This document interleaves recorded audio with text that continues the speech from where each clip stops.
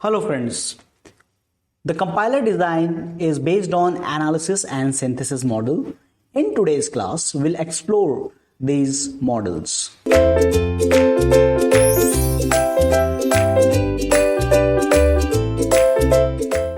Okay, so now the second part here in this case is the model on which it is based, the compiler design. So compiler design based on the two model. The first model is called the analysis model and second model is the synthesis model. So this analysis part says that the analysis part breaks up the program in its constituent pieces and creates an intermediate representation of the source program. Okay, so now the first part is basically breaking down the entire program. Now here the next section will be this different phases of the compiler. So we will see there that we have to first analyze the program, entire program. So in that we'll do the analysis of the program and we will break it up.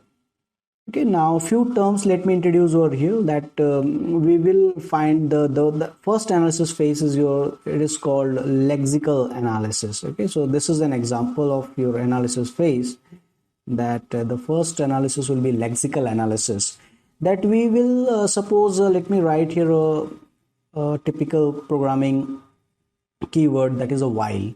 Okay, so now I have to recognize that the word written here in this case is a while and while belongs to a keyword. Okay, so I have to do this analysis and that is one of the part that is the lexical analysis part. We'll see more detail, but we will the main term here in this case is the breaking up the source program. Okay, so we will break up the source program and create an intermediate representation. Okay, now that is another part that IR intermediate representation will create. We will break it down and suppose I write a statement like int a is equal to 10. Okay, now this is a very typical statement in C language. So now we will break it down and we will represent this statement in some intermediate form.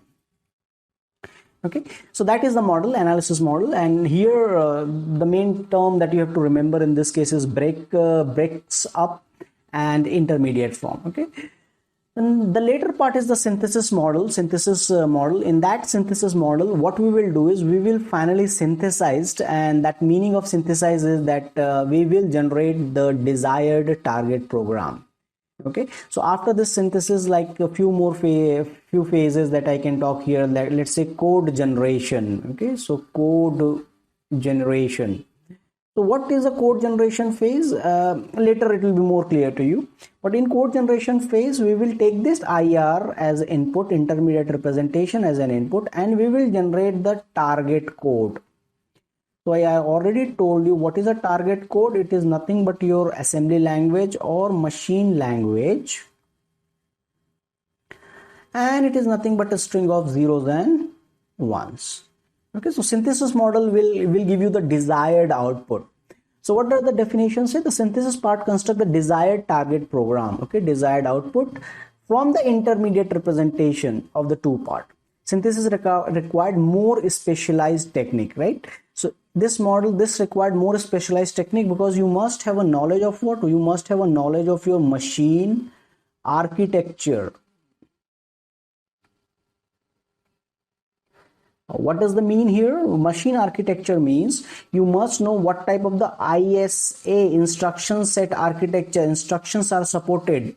Or another example can be what? Another example can be the number of registers it is having.